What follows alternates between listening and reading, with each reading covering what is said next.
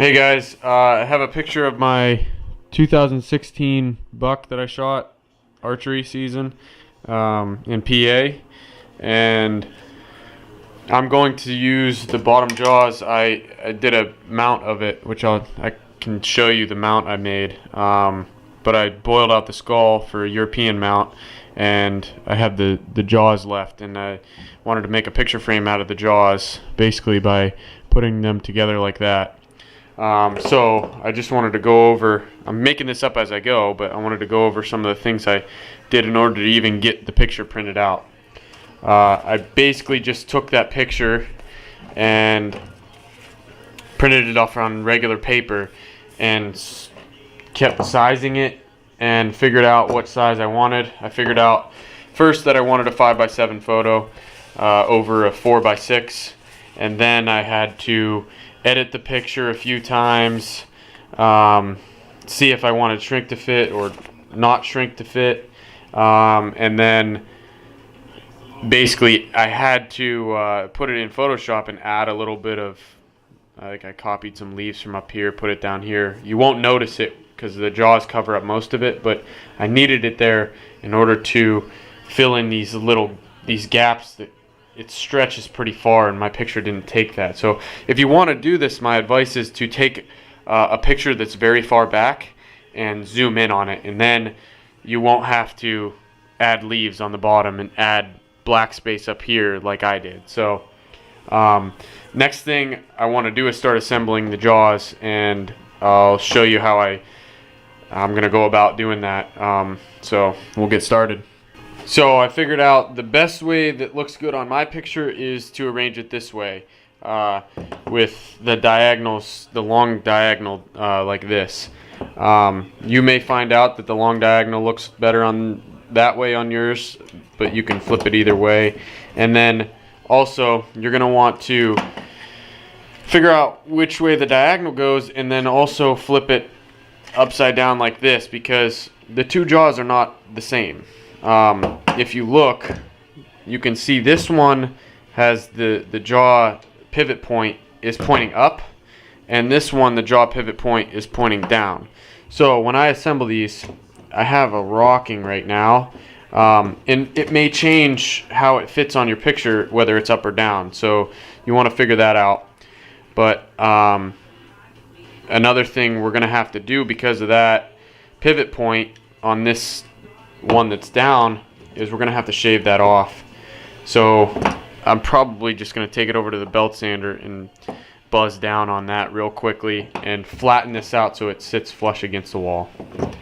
Alright, so you can see that's flattened out, that pivot point. All I did was take it over to the belt sander for about literally 30 seconds, and you're going to want to wear a mask when you do that.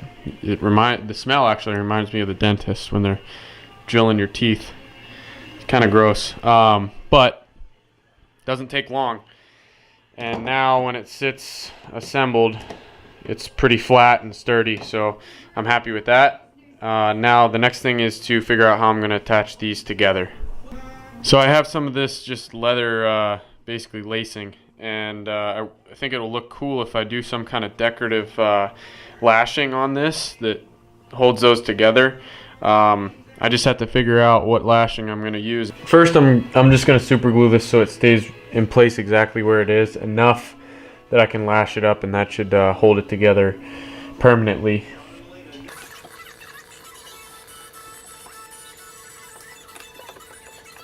Alright, so I got it lashed up, and I used super glue gel, which sets up a little bit different. It doesn't run, that's why I used it. So I attached this tail here and started wrapping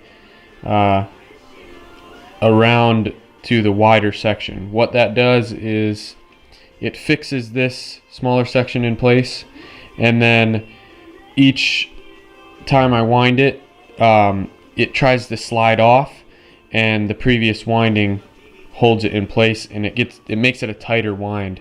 So you're going to want to start on the narrower side and wind this way. And then the only real decorative thing I did was kind of did a figure 8 when the bones start veering off from each other, and I did that 1, 2, and 3 times, 3 loops, and then just super glued that other tail on. I did that to both sides, the same thing, and I'm pretty happy with how that looks. Also, in the corners, like I said before, this gives me a little bit more coverage, so I can arrange my picture more without having a gap like here. I can arrange it. I have a little bit more coverage in the corners. So, alright, so I ran into a little bit of a problem here. This gap right here, you can see underneath there, it's about a ½ inch gap. You're going to be able to see that when you look, at an angle at the picture frame. So I have to fill that somehow. The first thing I did was the teeth were coming out here. I just pulled those teeth. I don't think they were doing all that much for me anyway. So I just pulled them, and I'm okay with that look without the teeth. That dropped it a little bit. But the next thing I think I'm going to do is right at that point where the bone touches the table, and the other one over here, I'm going to mark those points and try to flatten those out a little bit. That should help me out a little bit, and we'll see how close I can get. I was able to grind those down, or sand them down, and now this point right here is touching, so sanding them down anymore isn't going to do much for that gap right there. I might have to just try to fill that with something. Not sure what I'm going to do with it yet. I'll have to think about it. I've been busy, so I got a little update for you. I added a piece of clear plastic to the back of my frame. I had a large piece of clear plastic, and I ended up trying to cut it with tin snips and handsaw and jigsaw and everything. I tried it. It turns out it was pretty brittle, and it just cracked out on me. So I ended up just breaking off a piece that was reasonably sized and took it over to the bandsaw and cut it that way. In order to get it the shape I wanted, I just took a Sharpie, laid it on the back here, and traced exactly where I wanted the profile to be, and then took it over to the bandsaw and cut that. The bandsaw did leave kind of a rough edge, so I just took some sandpaper and smoothed that edge off. And this actually isn't the first one that I tried. I did it on another one first, but something to note, this had a few tiny little scratches in it, and I didn't like it, so I tried to buff them out. You might not want to try to do that with plastic if you're going to use plastic, because it ended up, I don't know if you can see in the video, but it ended up putting a kind of a cloudy finish on it, and I had to restart and do another one. So actually some of these scratches came from when I was pushing it on the bandsaw, and the second time what I did was took a piece of paper and just laid it on there and cut through and moved the paper along the surface of the bandsaw table instead of the actual plastic to avoid any scratching. So that worked. But now that that's on there, I plan on putting the picture on just basically with glue, probably in 4 places, these 2 corners and then here and here. That's how I fasten this, just those 2 places with that super glue gel that I was using. Probably do the same thing with the picture, but I still have these gaps in here, and I kind of want to fill those in, because when you look at it sideways, you can see that the edge of the plastic, and you'll be able to see the edge of the picture, see right through the wall. So I need to fill that in with something. Right now, my thought is that I'm going to use just spackling for it. I hope it works, and I'm gonna try it, see how it goes. If I have to clean it off, I'm gonna do it before I put the picture on so that I don't make a mess of the picture. But if I have to clean it off this, then I think it'll come off pretty easily. But that's the first thing I'm gonna try. Hopefully it goes well, and I'm gonna get to it. Okay, I'm finished with the spackling, and I let it dry for about 3 hours, so it's starting to stiffen up, and I think it worked pretty well. I also added a little bit, you can kind of see a sheen on there. I added super glue to the top of it because it was starting to crack a little bit over here. You can kind of see. So I just added a little super glue in there to fill in all the gaps, and I think it would have been fine without it, but I thought it couldn't hurt to add a little bit. So I cleaned up the plastic, the clear plastic, so it's pretty much ready for the picture to be put on. But to explain how I kind of put the spackling on, I used this little wooden spatula scrap piece that I made, and I just took I dipped it in, grabbed some out, and then just spread it on there. Got as much as I wanted in those surfaces, and then and just kind of smoothed it out. And it moved a little bit sometimes, but I just took this little piece of plastic that I had broken, and I'd stop it on one side and push it up with the other. I had to reach inside and smooth it out, but it was a little tedious, but it worked.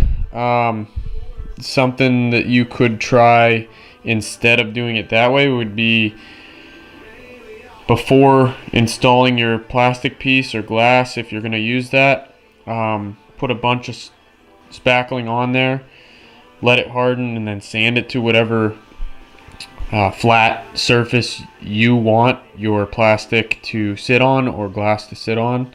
That might work. But so this worked okay, and you can kind of see when you look down sideways at it, it doesn't look terrible. I'm okay with it, so now it's time to put the picture in. So basically all I'm gonna do is take some of this super glue gel,